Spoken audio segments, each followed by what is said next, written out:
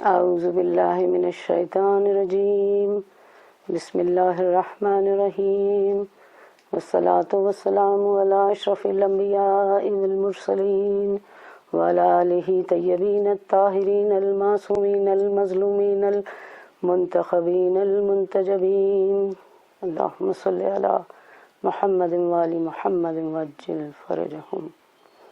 پھر میں آپ کی نظر ایک شیئر کرنا چاہتی ہوں کہ درد دل کے واسطے پیدا کیا انسان کو، ورنہ طاعت کے لیے کچھ کم نہ تھے کرو بیاں۔ عبادت کا جو مفہوم ہے، عبادت کی جو روح ہے، وہ یہی ہے کہ عبادت خضوع اور خشوع کے ساتھ کی جائے، جو حق کی عبادت ہے وہ بجا لایا جائے۔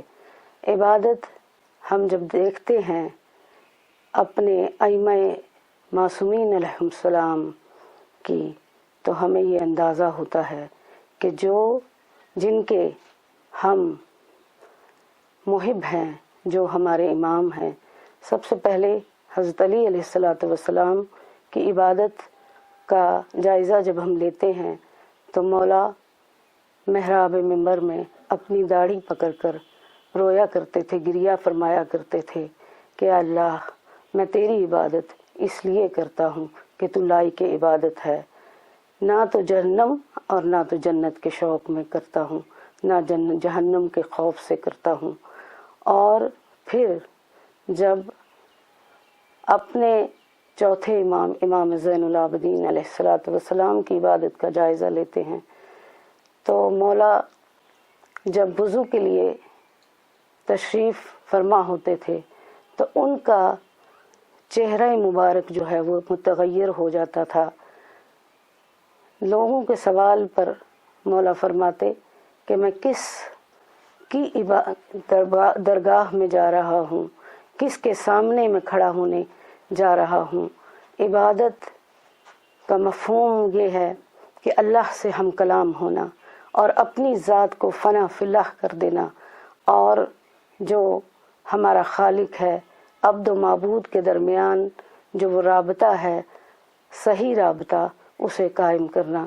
جیسے مولا کائنات حضرت علی علیہ السلام کے پاؤں میں تیر آ گیا تھا کسی جنگ میں، تو وہ شدت درد کی وجہ سے کوئی بھی اسے نکال نہیں سکا، تو کسی نے کہا کہ جب مولا نماز میں ہوں تو اس وقت یہ تیر مولا کے پاؤں سے نکال لیا جائے۔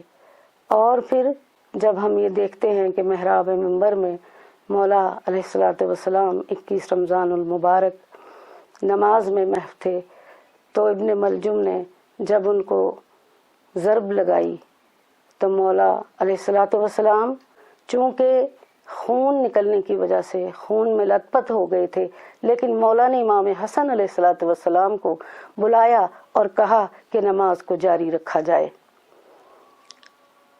اتنی اہمیت ہے عبادت کی، اور صرف نماز پڑھ لینا ہی عبادت نہیں ہے۔ عبادت میں حقوق العباد بھی آتے ہیں، اور پڑوسیوں کے حقوق آتے ہیں، اپنے بال بچے کے حقوق آتے ہیں، اپنے ماں باپ کے حقوق آتے ہیں، کیونکہ پھر قرآن مجید میں اللہ ارشاد فرماتا ہے کہ وَبِالْوَالِدَيْنِ إِحْسَانًا وَذِي الْقُرْبَى وَالْيَتَامَى وَالْمَسَاكِينِ وَابْنِ السَّبِيلِ۔ تو کیا ہم اس معیار پر پورا اترتے ہیں؟